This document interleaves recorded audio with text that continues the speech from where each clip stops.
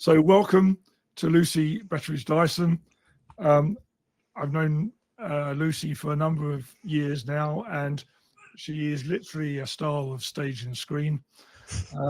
Many of you might have seen her on recent TV channels, riding a horse at Waterloo, doing other madcap things. She completed her MA in First World War Studies at the University of Wolverhampton with Professor Gary Sheffield, amongst others.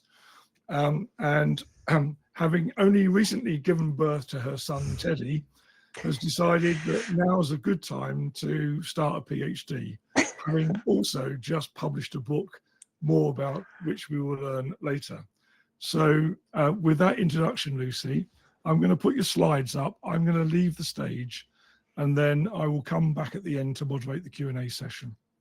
Lovely. Thanks, Dudley. Well, lovely to be here. As Dudley said, my son is only 9 weeks old, so you'll excuse me if I'm a little bit tired. I'm also seem to have caught a cold from him, so it's all going so well so far, parenting. But it coincided with my book release, Jungle Commandos, and it's kind of funny, really, because my book is really about was inspired by my granddad's wartime service. He was in 4-4 Royal Marine Commando. Ted Sims, actually, kind of nod to him with my son's name. And it was just funny that these things coincided, but there we go. And it was a book that I've been threatening to write for a long time, and was getting nagged regularly by Rob Lyman to put pen to paper, and I finally did. And when I started looking into this this campaign, the third Arakan campaign of Burma in 1945, over the years I've learned a lot about the Commandos' action in it, but actually I came to realise that the story is simply incredible, and it's a very diverse story involving the Indian divisions and the West Africans. And so the book kind of expanded and ended up being really about the entirety of 15 Corps operations during that period. The name Jungle Commandos obviously is about the Commandos, but Jungle Commandos was actually the nickname of the 81st West African Division, who fought in the Culloden Valley during this campaign. So it's a nod to both, really. I know we've not got a long time, and I often, when I've been talking about this book, I've sort of started every talk by saying it's the challenge of putting everything about this amazing campaign into a 45-minute presentation is far more difficult than actually writing the book itself. So I'm going to give a kind of whistle-stop tour, if you will, of Third Arakan. And it's going to be, for people who maybe aren't familiar with the Burma campaign at all, and hopefully those who are will also learn a bit. So without further ado, I will sort of begin. And I think the first thing is just a quick run through of Burma as a theatre in the Second World War. I'm not going to linger too much on this because we haven't got time, but kind of broad brushstrokes. Japan invaded end of 41, early 1942. Very quickly occupied the entirety of Burma. The British Indian forces there were completely unprepared for any kind of invasion. They believed really that the wilderness of Burma itself would have been enough to protect it from any kind of threat from the Japanese Imperial Army. They were forced into a horrendous retreat, largest in the British Army's history, and fought an amazing rearguard action, actually. Often we talk about the retreat from Burma in such negative terms, but they did what they could with the resources that were available to them. Almost as soon as they left Burma and were in the borders of India, planning began on how to retake the country. And it began with the first Arakan campaign. So Arakan is the region to the west of Burma, borders India to the north and the Bay of Bengal on the west, modern day Rakhine state. And that first campaign was an utter disaster, led by Noel Irwin. Honestly, it deserves a book in itself, actually. Something I might get onto. He essentially used First World War tactics to fight an enemy that couldn't be further from and a landscape that couldn't be further from the Western Front. So that ended in another crushing defeat, and it had took a huge toll on the morale of the troops that were fighting. They'd obviously been through this retreat. They then had this horrendous first attempt at retaking Burma, huge casualties, huge numbers of men that suffered from disease and illness. So things were looking pretty tough by mid 1943, early 43. And there were a number of huge changes that took place in British and Indian Army command structure. Had the introduction of Slim, heading up the 14th Army, reorganised Eastern Army, and Lord Louis Mountbatten was brought in. Had the creation of Southeast Asian Command. Lots that went on, resulted in a much more successful second attempt at retaking Arakan. You might be familiar with the Battle of Admin Box, and this really saw the development and putting into action of new tactics and a far greater understanding of the enemy that they were facing. So much more successful. To go with this, the Japanese army were having a terrible time. We saw the defeats at Kohima and Imphal, and by the time we get to when our story begins in December 1944, you could say the tide had turned against the Japanese army. Slim had them on the run in central Burma, was chasing them out after the defeats at Kohima and Imphal, and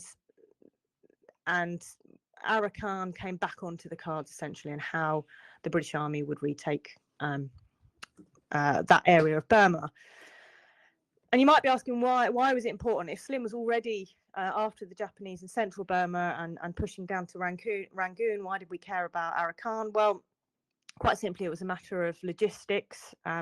This map here just gives you a little idea of the geography of Burma. And I know this is something that often stops people getting interested in the war in Burma is the geography and kind of getting your head around it all. I think, the place names are very unfamiliar. The landscape is very unfamiliar. And also it's a huge country, Burma. It's twice the size of Germany.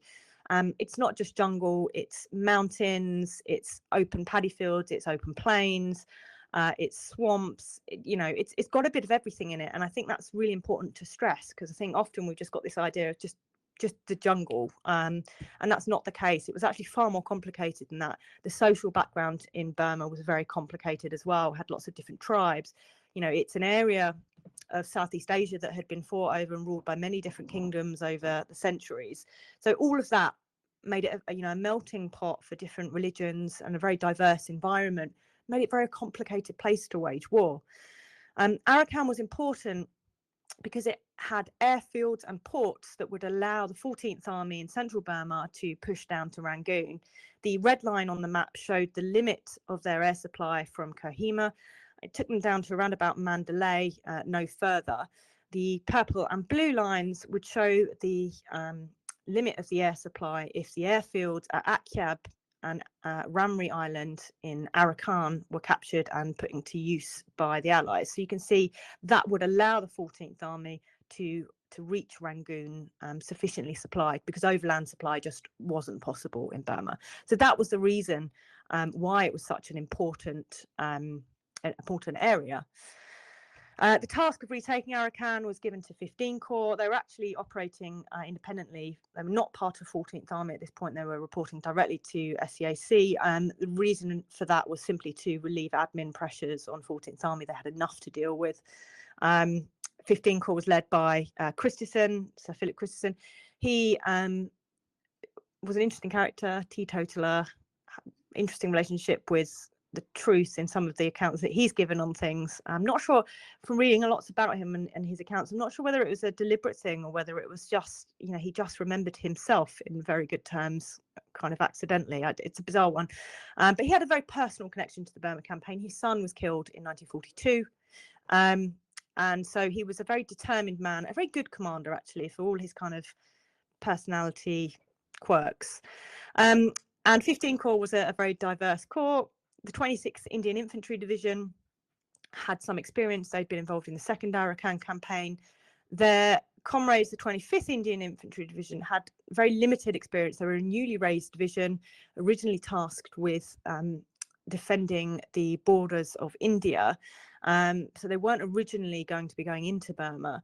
They had some experienced units in their midst, but most of the men were very green, very fresh to combat. And, you know, there was a lot of, you know, kind of doubt, I would say, around their competence. You know, there was still this idea that Indian soldiers were not as good as their European counterparts. So yeah, there was some sort of speculation as to whether they'd be able to, you know, whether they'd be up for the task. And that was also true of the 81st and 82nd West African Division. Prejudice was involved there in their capabilities. These divisions were raised from the Royal West African Frontier Force and were made up of men from places like Nigeria, the Gold Coast, Gambia, Sierra Leone. And they were, again, untested in battle. Officers were either British or actually some Polish as well, because it was deemed that the African soldiers didn't have the capability to command. And the interesting thing about them, which I'll mention a little bit more on later, is that they did not have their own transport. They did have their own transport, but it was through their special auxiliary units. So they used head loading, so traditional African technique for moving supplies around. They didn't even use mules. So that made them unique in the Second World War, actually. So those were the guys, and of course, attached to those, of course, we have 3 Commando Brigade. That very handsome chap there is my granddad, Ted Sims, photo taken after the war in Hong Kong. 3 Commando Brigade, Mixed Service Brigade, 1 and 5 Army Commando, 4-2 and 4-4 Royal Marine Commando, 3 Troop Royal Engineer Commando as well. And they were the only Commando Brigade to serve in the Far East. Mountbatten, with his history, of course, as Chief of Combined Operations, was very keen to get the commandos involved in Burma. He originally asked for 3 or 4 brigades and was sort of swiftly told, we're a little bit busy in Europe with Normandy and various other things, but you can have 1. And that was 3 Commando Brigades. So not a lot of people know that any British commandos served in the Far East, but indeed they did. And so all of these different units had to come together. And the success of operations in Arakan depended on their combined effort. The enemy they faced would be no pushover, even though the Japanese were on the back foot by this time in Burma. The Japanese 28th Army remained a formidable force. They were led by Lieutenant General Shozo Sakurai, and comprised of the 54th and 55th Division in Arakan. And they, you know, the Imperial Japanese Army were a very different enemy for the British and Indian forces to face. They relied, their ideology was backed by the Bushido Code. So this idea of no surrender, you know, being taken prisoner was the most dishonorable thing that could happen. And they were often encouraged to fight to the death.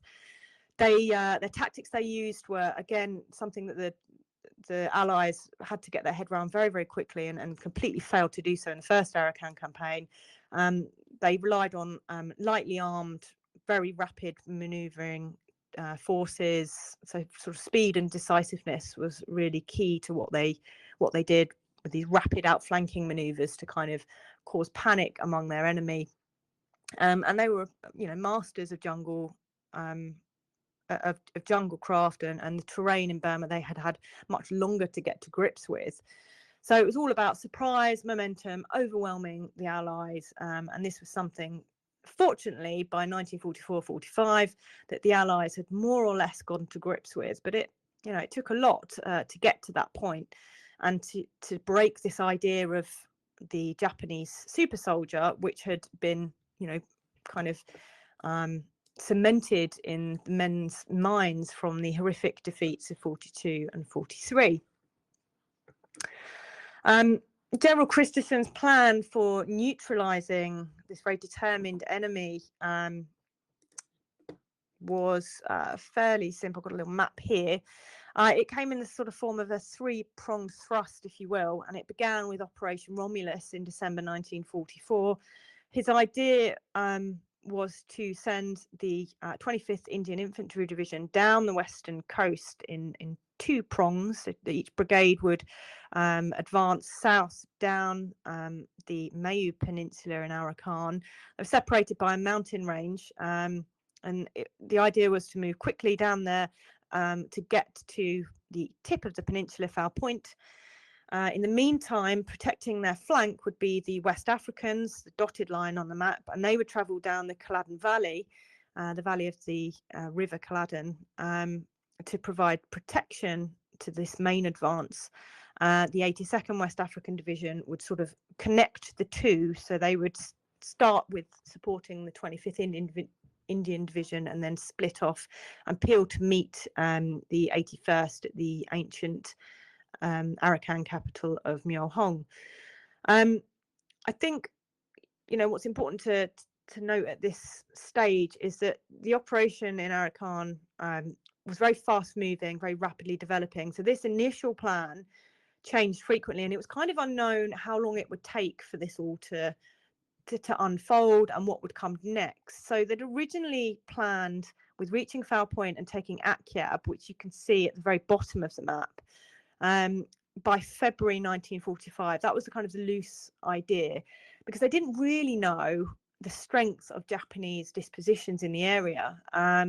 The Japanese had split their forces up into many, many small groups of troops who were moving around quite a lot, to give the idea that there were more men than there actually were defending the Mayu Peninsula.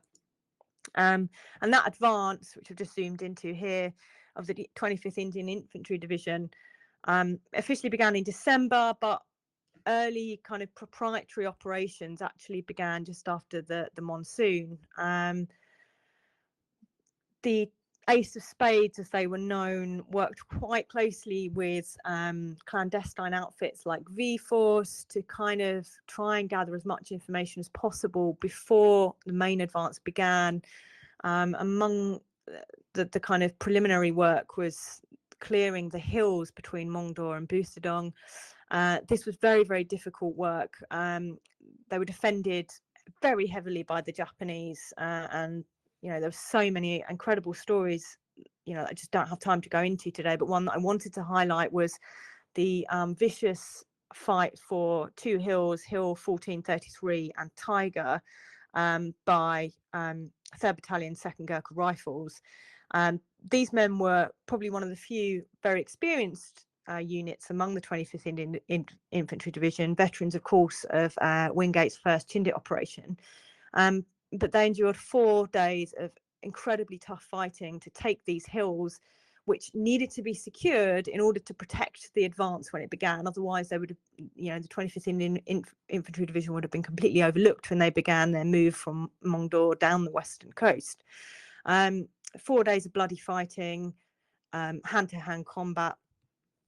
They managed to take these 2 hills, and there are some incredible stories of bravery among the Gurkhas and their officers that I go into in the book in as much detail as I have time to.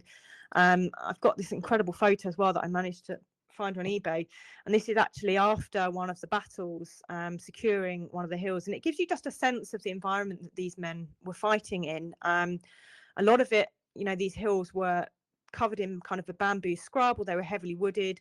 These became kind of brutal weapons essentially when shell fire opened up on these hills, because you got things like tree bursts. So it was incredibly tough. The Chindits managed to secure these 2 hills to allow Romulus to begin without being overlooked. And it really set the tone, this early Gurkha victory, for a methodical but determined push down the peninsula by the 25th Division. They exceeded everybody's expectations, including Christensen, and managed to reach Foul Point by Christmas 1944, so like 2 months ahead of the initial kind of idea of when they might reach, when they might sort of reach their objective. And so the plan for this big advance on Akyab Island, there'd been 4 plans that were that Naval Task Force 64 were asked to put in place. In the end, they had to scrap all of these, and they were asked to prepare a very swift, a very quick landing on Akyab, which was named Operation Lightning, because the Japanese were found to have retreated, in part due to the fact that the 25th Indian Infantry Division had just so rapidly advanced down the Malay Peninsula, but also because of the success of the West Africans, which we'll come on to in a minute. And so in the end, the first big combined operation in Burma involving the Commandos actually went off completely unopposed. The Commandos wandered ashore, to the disappointment of many of them, actually, and spent their time eating peaches on the beach rather than fighting a kind of determined enemy, which they thought they would do. But it was good news. Akyab Island was secured, which meant that the Allies could quickly begin rebuilding the airfield on Akyab Island. So they'd kind of met their first big success of the campaign. And I mentioned that the reason why the Japanese retreated from Akyab was due to the Indian Division, but also the West Africans. Now, the West Africans had been tasked with, as I mentioned earlier, the kind of defending the flank of the Indian divisions. But really, what happened was they turned into a pretty impressive offensive force in the Culloden rather than defensive. They were so skilled and so brilliant at traversing the environment in the Culloden, which was virgin jungle. They had to cut their way through something like 75 miles of virgin jungle to reach their objective, form their own paths through it. And they also had to scale several mountain ranges. The Modoc mountain range is one of the biggest. Modoc Tong is one of the biggest hills in Arakan. It's a spur of the Himalayan mountains. And these guys, were going back and forth over 4 or 5 mountain ranges. They were pushing down the Culloden Valley, and they had the Japanese completely befuddled. The Japanese troops were actually terrified of the West Africans. They found them to be, in sort of post-war interviews, they mention about how they found them to be one of the most formidable enemies that they came across. And the enemy that the Japanese force that they were fighting in the Culloden was a task force known as Matsu Force.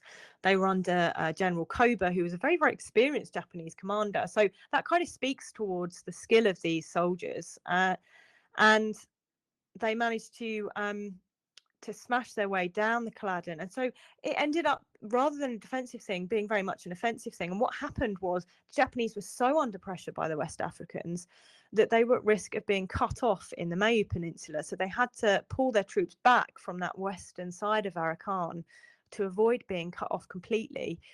So really, we often talk about Akyab, we talk about the success of the Commandos, we talk about the success of the Indians. In the past, not many people have mentioned the fact that this was down to the Africans more than anything else. So that's something that I've really tried to kind of honour in the book. I've dedicated a whole sort of 3 chapters, I think, to the Africans, because it's just, it really is amazing what they achieved. So I hope that it kind of, piques interest, and I hope that more people look into the troops that fought there, especially the fact that they did this without any kind of transport. They relied solely on air supply drops. They had to build their own airstrips in the middle of the jungle, and carried their own supplies. As you can see, the head loading men here. These auxiliary units, by the way, at the beginning of the war, when the African units were sent to Burma, Bill Slim really slated these guys. He didn't do much wrong, Slim, but he got this completely wrong. He sort of, I think he called them a horde of unarmed, an unarmed horde is what he called them, actually. And he couldn't have been further from the truth, because these guys were the reason why they were so successful, because this head loading allowed the Africans to go through very narrow paths in the jungle. It gave them maneuverability that was unparalleled with any other troops. And really what they did is on par with what the Chindits tried to achieve in Wingate's operations. It was essentially long-range penetration, but arguably had a much greater strategic value than what the Chindits did, certainly in the first operation. I love this photo of some of the African soldiers with a captured Japanese rifle. And I don't know, I just love this, so I wanted to include it just to give you some illustration. I think these men their faces deserve to be seen. I speak in the book also about why some of these men joined the British Army. It's a question that I've been asked a few times. Why would men from the Gambia or Nigeria want to fight for the British? And there was an element of coercive conscription when numbers got low, but also many of the men wanted to fight simply for the same reasons that anybody joins the army. They got their food paid for, there was a sense of adventure. I think that's often been overlooked, and we've spoken about imperial forces before, so that's something that I talk about a little bit in the book as well. So with the success of these two advances, it left Christensen with a question of what to do next. The Japanese 28th Army by this point were really taken aback by how quickly 15 Corps had moved. And Christensen knew that if he wanted to maintain that momentum, he had to move very, very quickly. And so he planned a series of amphibious operations with the Commandos spearheading a landing on first a place called Maibon, which was around 35 miles southeast of Akyab Island, and then secondly at a place called Kangor. And I think this is probably a good time to mention just briefly the naval aspect of this, something that often gets ignored in Burma. The Naval Task Force 64 of the East Indies Fleet were the chaps that were part of 15 Corps and given the task of putting together all these combined operations and getting the troops ashore. They were led by Captain Duncan Codwise Hill. He was a long-suffering chap. His personal accounts and his reports on the operations in Burma during this period are filled with heartbreak is the only way I can describe it, where he spent days burning the midnight oil, preparing these detailed landing options, only to be told several hours before they were due to go ahead that actually plans had changed and he needed to put something else together with 24 hours notice. He had very limited resources to work with. A lot of the landing craft, etc., were in Europe and North Africa, and so the Burma campaign and Naval Task Force 64 had to rely on sort of odds and sods. One of the big things that was very important during these operations and making them a success was the Fairmar flotillas and the motor launches. Again, not something that is often spoken about in Burma. I do my best to kind of give a nod to it where I can in the book. They were kind of like, I sort of think of them as like attack dogs of the naval operations here, very quick moving, lightly armed, but did the job of going in first to kind of protect the landing craft, because in this area, you can see marked on this map all these waterways. Your big sloops couldn't get in, so they relied on these smaller boats to protect this convoy that went round to Kangor, which I'll speak about in a moment. The other thing to mention is all of these waters were pretty much uncharted. So the landings at Maibon took place off of Hunters Bay. That was more or less uncharted. They had time to do a tiny bit of preliminary op. So the combined operation pilotage parties played a very important role, going in the day before on a couple of recce's to see what the Japanese defences were like in Maibon. But it was all very quick. They had 72 hours to plan this landing, and they had to get the commandos ashore, followed by the 74th Brigade. So it's very challenging and placed enormous demands on on the ships and the men who crewed them. Now, the landings at Maibon initially went to plan very well. The explosives that had been put in place by the combined operation pilotage parties did their job at removing some of the Japanese defences, these big teak and bamboo stakes that had been placed along the coastline to stop any landing craft from getting close. But you'll see from this photo that the landing craft is still quite a way out, and you might be asking yourself why. Well, this was the landing of 4-4 Commander, who were the last in the wave to go ashore, and they couldn't get close to the shore because of the mud flats that were off the coast of Maibon. Now, you might think about beaches here. We often think about Commandos. We might think about the Normandy landings, these big stretches of sand and beaches. Not the case in Burma. The coastline was mangrove swamps and a kind of black sand. It's behaves more like mud, essentially. So 4-4 Commando, by the time they reached the shore, The mix-up in timings meant that the tide had begun to recede, and the men fell out of the landing craft, sort of waist armpit deep in water, and into this quicksandy type mud, which caused huge issues. It sucked socks off of men. Supplies went under time and time again. It was an absolute nightmare, and it would have been hugely costly to the commandos and resulted in an awful slaughter had it not been for the fact that the previous waves had done a sterling effort at securing the beachhead before time.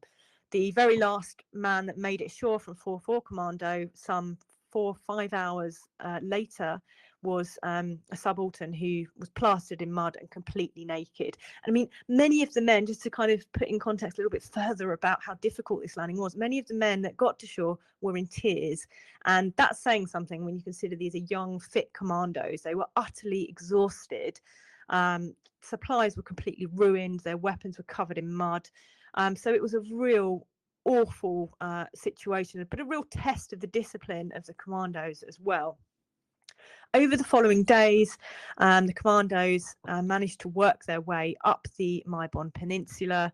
Again, it was a very hilly landscape, a very difficult landscape in which to fight, but they managed to push back the defending Japanese sector unit. So the Japanese had split their defences into sector units across Arakan. The Maibon sector unit was quite an experienced unit, and they had actually managed to put in place quite a lot of defences. So they had a good amount of machine gun points. They had, as I mentioned before, these kind of stakes across the shores. They had mined the beaches. They'd done quite a lot, but again, were taken completely by surprise with these landings and simply could not stand up to the rapid movement of the commandos and the tanks of the 19th Lancers. So they were pushed further and further back. If I go back to this map previously, up to Cancer, which you can see at the kind of, I don't know, about 4/5 up the map on the left. And that was over the course of about 12 or so days. By the 20th of January, the Commandos and 74th Brigade had cleared around 6 square miles of jungle and hills to completely secure the peninsula. And despite the fact that many of the men had not slept very much, they had not eaten because rations were very difficult to get to Maibon at that time. By this point, the conditions with the weather and the humidity, they were suffering from disease, they were covered in lice. Despite all of this, their morale was incredibly high because they had this feeling that they were achieving something that the Allies had failed to do for so long in having these victories over the Japanese.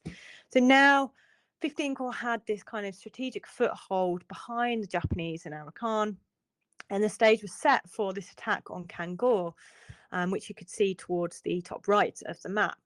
Now, the reason why Kangor was important was it had a major line of communication for the Japanese running through it. It had a road, one of the few roads in Arakan, running north to south, so it was a big supply line, and it also had a waterbound supply line, the Dangbong Chong, along with a number of routes into the Un Pass, which was one of the few ways to get into central Burma from Arakan. So it was a crossroads, if you will, for Japanese logistics, and Christensen wanted to blockade this area, not only to encircle and block the retreat of the 54th and 55th Division troops that he'd already got on the run, but also to stop those men being able to go into central Burma and hamper 14th Army's advance on their flank as they moved south through central Burma. So it was an ambitious plan that involved a convoy of around sort of 40, 50 sorry, I got a frog in my throat. Small landing craft, a kind of motley array of landing craft going excuse me, a long way round the back door up the Dangbong Chung. The reason why they took this kind of very long waterbound advance rather than going overland was simply that the Japanese would not expect it. They had defended the kind of north and west of Kangor overland very well. What they were not expecting was for the Allies to try and do a combined operations amphibious landing off of a very kind of narrow riverway into mangrove swamps, because I mean, who would expect that? It was a pretty audacious idea. I think I've got some photos here. So this photo is one of the landing craft in this convoy, and it was a very tense journey. The Dangbong Chung, as I mentioned, was quite narrow. It was flanked by mangrove forests, completely unknown as to whether the enemy were in the area or not.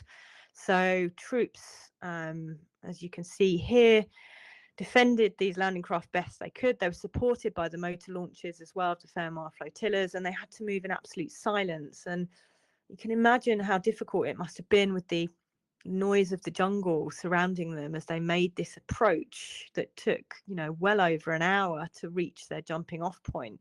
The creak of the mangrove roots, you know, zero visibility, the sounds of birds, monkeys, these kind of unseen movements were a real psychological strain on the men. And this is before they even, you know, reached their landing point.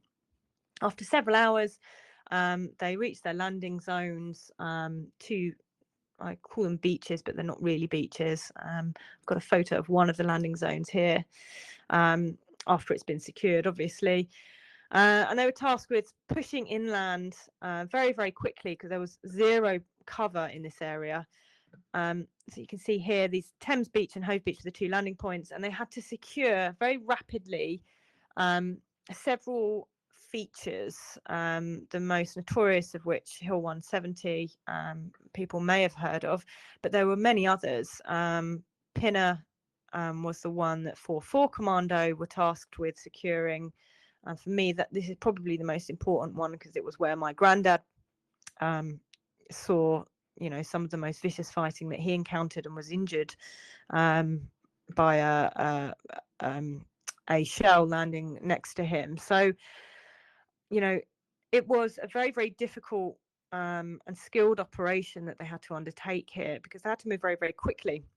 The Japanese response to this landing, again, was slow, but the shelling began pretty soon after the first night. And as the commandos secured Hill 170, one commander were the first in. They were sent in because they were the most experienced. They began to box in on that first night, and then in the morning, 4-4 Commando pushed on to Pinner. And so they sort of did this leapfrogging movement, the idea being they were going to capture the hills one by one to reach Kangor safely and put the blockade in place. Pinner is a longer version of Hill 170, so it's, you know, this is it in 2005. It doesn't look like much, but it's a very long feature. And when you're surrounded by completely flat paddy fields, any kind of area of high ground is a formidable place to try and attack. And obviously, when you hold it, it gives a great advantage. When 4-4 Commando arrived, they found that Pinner was completely unoccupied. So they very quickly dug in. It was quiet, but it was probably too quiet, which was very, very unnerving for the men. The scene was pretty lifeless, apart from the jungle, which was much thicker all those years ago than it appears in this photograph. But unbeknownst to the commandos, the Japanese by this stage had begun to carefully follow 3 Commando Brigade's movements, and they were far from surprised when the commandos occupied Pinner, and in fact they were waiting. The first night, kind of around about 8 p.m, the Japanese unleashed a number of shells on 4-4 Commando. 3 men were wounded, and then suddenly it went very quiet again. But in the paddy fields below, the commandos began to hear the noise of the Japanese soldiers. They could hear the braying of mules, and they could hear a large number of troops gathering from Kangor. And the men, my granddad among them, couldn't see anything because it was complete darkness. The bamboo scrub was kind of obscuring the paddy fields below as well. And so you can imagine the strain that must have put on the men's minds to hold their nerve and to not open fire. A red very light soon shot up, and the Japanese unlaunched a vicious counterattack on the Marines on the hill. Machine gun fire rapidly swept the forward trenches, and artillery pounded the men at almost point blank range, really. And soon, vicious fighting unfolded on the hill. And it was the tree bursts that were again a huge problem for the men. The Marines guarding the forward slopes were viciously cut down, and they were, killed by an enemy who knew this terrain very, very well. And soon, the Japanese infantry began to attack. Dramatic hand-to-hand fighting followed, but thanks to the commandos' tactics, so this idea of boxing in and holding their nerve, not firing their weapons until the very last moment, the only intruder to reach the top of the hill was a porcupine who managed to stagger into one of the trenches alongside the regimental sergeant major, promptly expelling his quills all over him. But it was a brutal engagement, and I discuss this in detail in my book because I think often Hill 170 has overshadowed the fighting on Pinner, and I think Pinner was in some ways equally as important because Pinner was the hill that actually split the landing area from the mainland at Kangor. And so if they hadn't secured this, 4 Commander being the most inland of the commandos at the time, then there wouldn't have been any further advance, and holding 170 would have been pretty much pointless. 16 of 4's number were killed and 45 wounded during that one night. But in the morning, it was clear that the commandos had the upper hand over the Japanese because the hillside was completely littered with Japanese dead. And it was then, with Pinner secured, that attention turned back to 170, and that soon became the focal point of the operations at Kangor. And over the next few days, Japanese resistance in the area intensified. It was critical for them that they held the road at Kangor, and the unit sector leader, Colonel Murayama, had issued orders for a huge counterattack aimed at Hill 170 to dislodge the commandos, and he'd instructed his men to fight to the death in order to retake that hill. Heavy shelling preceded the attack. On the 27th of January, the bombardment was so fierce that 164 shells actually were counted landing within 30 minutes. And Peter Young, who was commanding 3 Commando Brigade at the time, told a story of a direct hit on a trench. I've got a little quote here, if I can bring up my notes. So to quote Peter Young, just to give you an idea of the conditions, one shell was a direct hit on a trench where 3 artillerymen were acting as flash spotters. Hearing the shell land and the screams that followed, I ran up to see a ghastly scene. One man was practically unrecognizable as a human being. Another was running about, temporarily unhinged by the sight of his dismembered friend. And I think for me, these kind of quotes, which have gone unwritten and untold for so long, are one of the reasons that I really wanted to tell the story of what happened at Kangor. It was among the bloodiest fight, one of the bloodiest fights of the entire Burma campaign, and yet its name, is pretty much unheard of by anybody outside of the Burma campaign, and even those who are experts in the campaign itself often don't pay enough attention to the operations in Arakan because it's seen as somewhat of a sideshow to Slim's advance and to the work of 14th Army in central Burma. But it was brutal. The Japanese continued to try and wear down the commandos over the following few days with these ceaseless infantry attacks, and it really kind of speaks to the Japanese ideology of just this grim determination over and over again, and suicidal attacks basically. And the main attack came on the 31st of January. The Japanese infiltrated around the side of one commando in an attempt to try and isolate the men on the hill. And it was around this time when George Noland it was around this time that George Noland kind of rallied his troops. He was the commanding officer in 4 Troop, who were basically completely separated and split off from the rest of their unit. And in an attempt to rally his men, he repeatedly exposed himself to enemy positions on the hill, carrying ammunition from one foxhole to another, tossing grenades, urging his men to carry on. And it kind of ended this phenomenal display of bravery when he seized a 2-inch mortar and was seen firing it from his hip, like something out of a film, I always think, in full view of the enemy. When that ran out of ammunition, he snatched up a Tommy gun and made like this last stand on the hill before being mortally wounded. And he was awarded a posthumous Victoria Cross for his efforts, because it was this inspirational courage that he showed to his men that allowed the men of One Commando to hang on to their position until reinforcements from the other commando units reached them. Soon, the Japanese attack on 170 was so fierce that it saw the whole brigade on 170 involved in the fight in one way or another. I'm rapidly running out of time here, so I'm not going to be able to go into any more details on this, but suffice to say that the commandos were successful. In the morning of the 1st of February, when the battle ended, the hill of 170, they counted around 350 Japanese dead. Peter Young said he'd never seen dead so thick.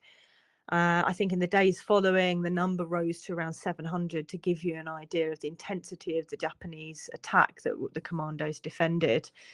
And it really was a microcosm. I view it as kind of microcosm of the fight for Burma, because it showed the discipline, all of the tactics, all of the learning that had gone on for the Allies. The commandos kind of embodied this resolve versus this Japanese ferocity, and in a way their lack of flexibility in developing their tactics as the war progressed.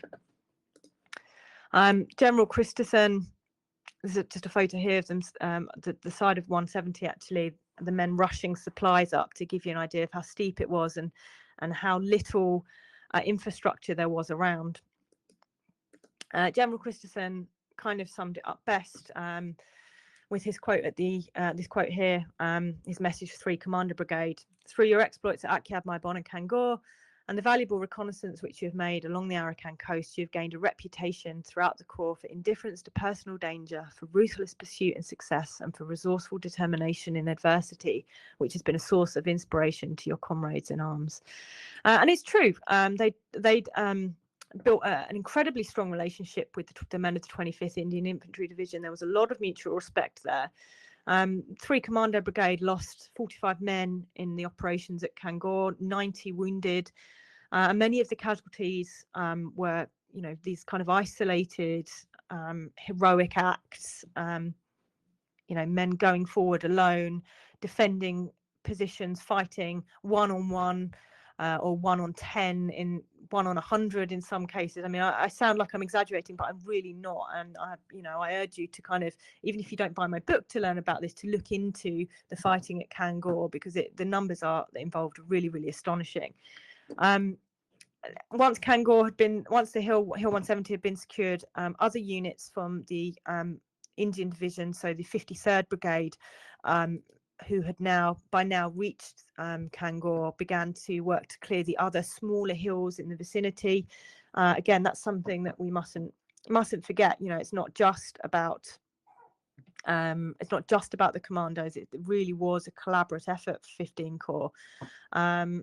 Here's men from an Indian mortar detachment, Punjabi mortar detachment, actually. And actually, this is on the side of 170. And in the days that followed, the other hills were secured. Many acts of bravery took place from Indian soldiers as well. And actually, there are many instances where, certainly men were recommended for the VC, and the honour was downgraded to things like the Indian Order of Merit.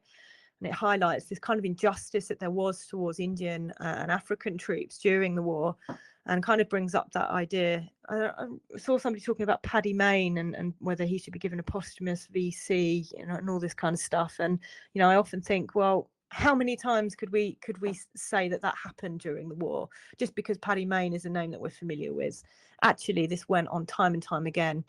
But yeah, so they did incredible work. The blockade was put in place. Just wrapping up now because I'm running out of time.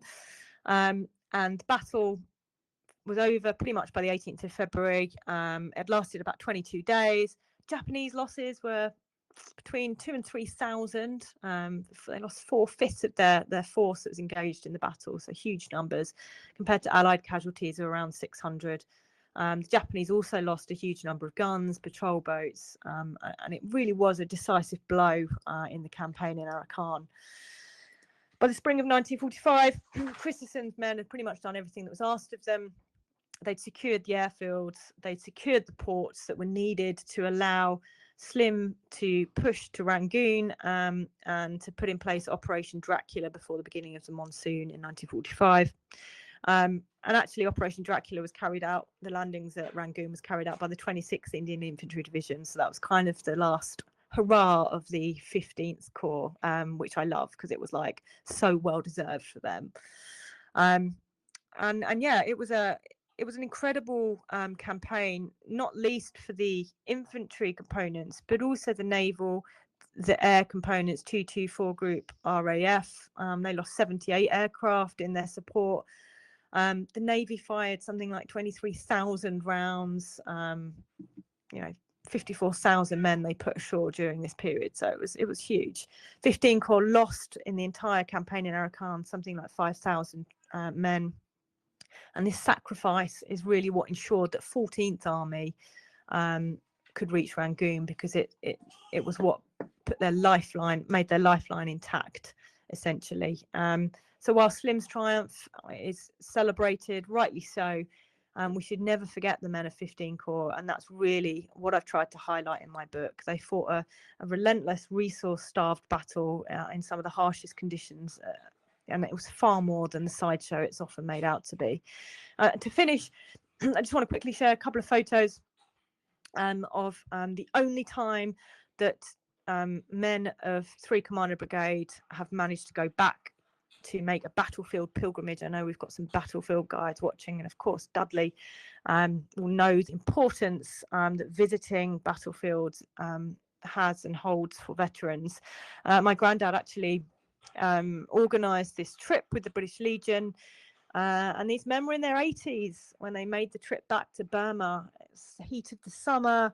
They had special permission from the military junta, and you can see them making their way through Kangor to reach the hills, and this is them on Akyab Island. It was an incredible feat for these men to go back when they did, and yeah, it was really to honour them and to tell their story that inspired me to write the book. So yeah, sorry for the whistle-stop tour, but I hope that it's given you just a brief understanding of the campaign and piques your interest to pick up my book or just look into it further.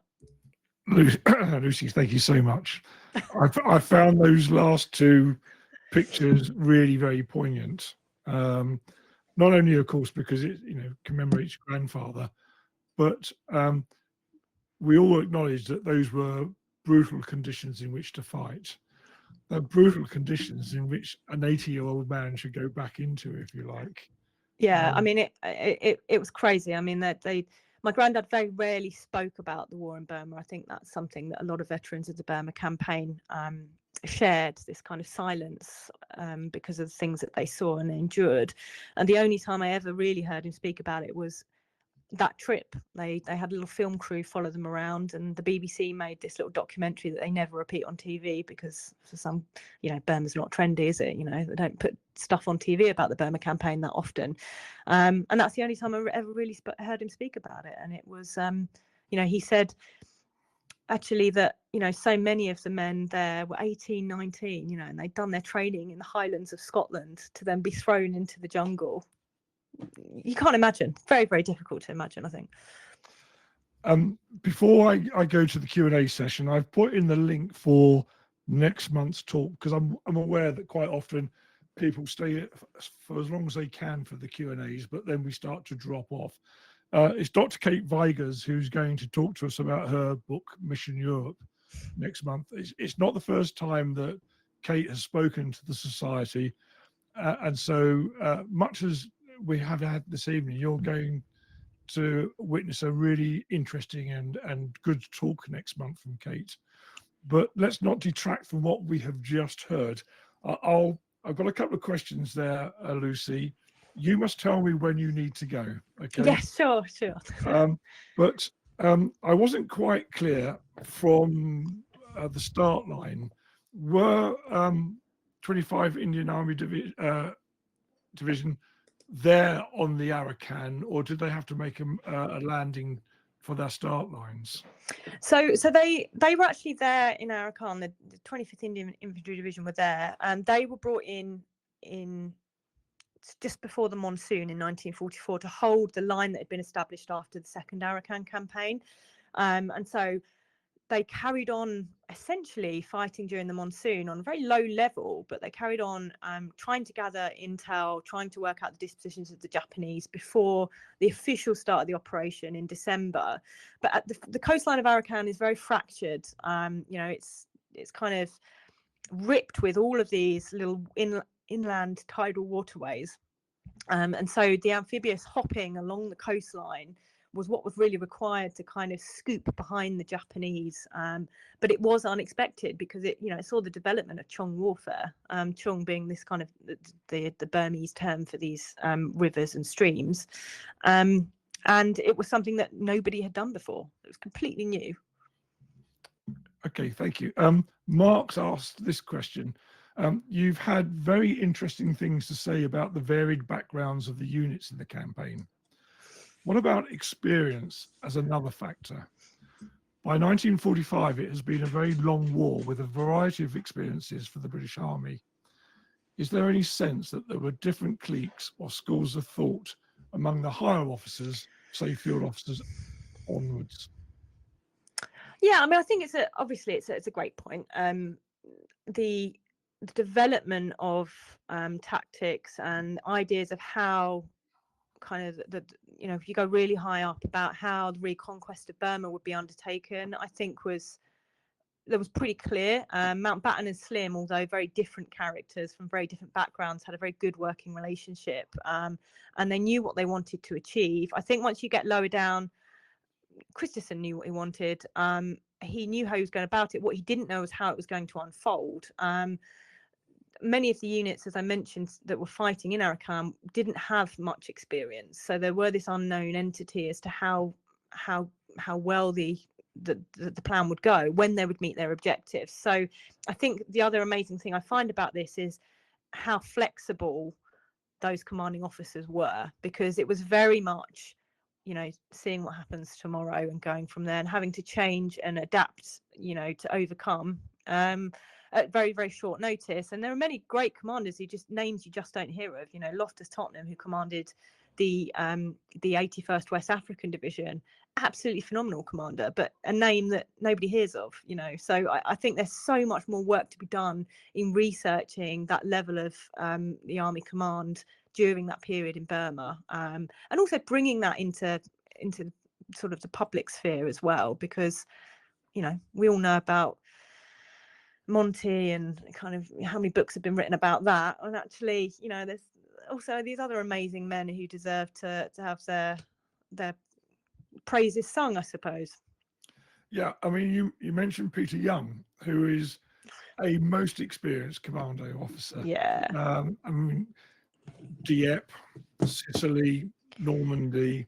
But Peter Young, Dudley, had this amazing, he rose up the ranks so phenomenally quickly. It was incredible, his story. Yeah. So what I wanted to ask you about him is he's got vast experience of commando operations. What was his take on the difference of trying to operate in the jungle as compared to the other theatres that he had the experience of? I feel like Peter Young was one of his great strengths was that he was ever the optimist, and he never took no for an answer. He, like at Maibon, for example, when they had these terrible difficulties with 4-4 landing in this mud, he actually saw that this was going to happen beforehand and went round the side and managed to. He actually was one of the few people who managed to land without getting his feet wet, because he found this little island and managed to hop off Dog Island, it was called, and find another way round, which he then got the guys to put in place afterwards, so that when the 74th Brigade of the Indian Division were put ashore, that they had a better way of getting in. So he was always looking for the other answers. So I think that comes from, that idea of being adaptable as a commando, and that discipline, just this idea that nothing is impossible. So, yes, there were different challenges, but he just met them for what they were. He wasn't intimidated. I mean, you can't be, can you, when you're Peter Young? And a Civil War fighter as well, English Civil War. Jim's point is tangential to the previous question from Mark. He was wondering, had General Ord Wingate not been killed early on Chindit 2, whether his rather different approach would have had any effect on the later campaign?